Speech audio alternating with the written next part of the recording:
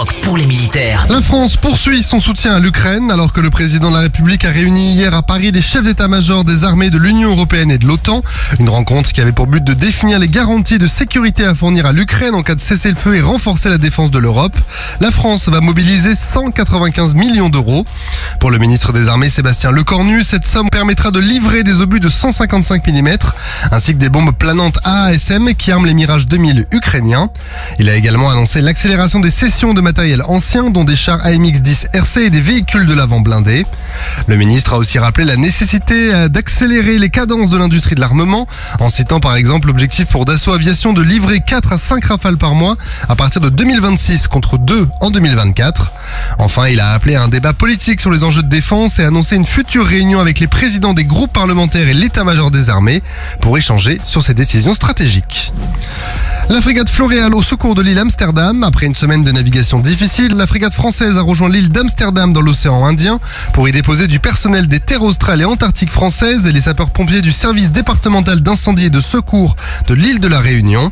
En janvier, un incendie de végétation avait ravagé plus de la moitié de l'île, nécessitant ainsi l'évacuation des scientifiques et des militaires présents. L'île, qui est réputée pour être riche en biodiversité et en infrastructures dédiées aux études climatiques, devait être sécurisée en urgence. Les marins du Floréal avaient établi un premier bilan des dégâts puis ont participé aux travaux de remise en état. L'exercice spatial militaire Astérix 2025 se tiendra du 17 au 28 mars. Créé en 2021, la 5e édition de cet exercice unique en Europe vise à entraîner les unités du commandant de l'espace aux opérations spatiales militaires à travers un scénario géopolitique fictif inspiré des menaces actuelles et futures. Une première phase permettra d'approfondir la réponse nationale à certaines menaces dans une phase de compétition.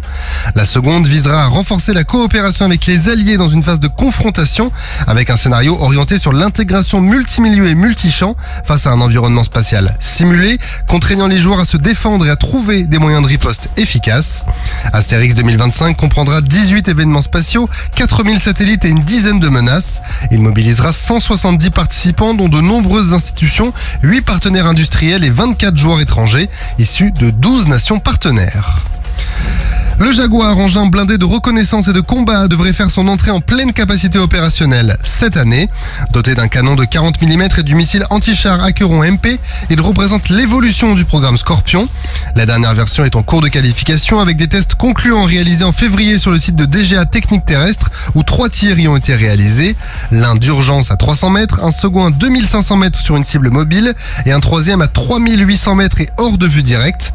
L'armée de terre a déjà reçu un tiers des 300 Jaguars prévus d'ici 2035 avec 33 livraisons supplémentaires en 2024. La Belgique recevra, elle, ses premiers modèles en 2026. Sur terre, sur mer, comme dans les airs. Skyrock PLM, en équipe avec Uneo, la mutuelle des forces armées.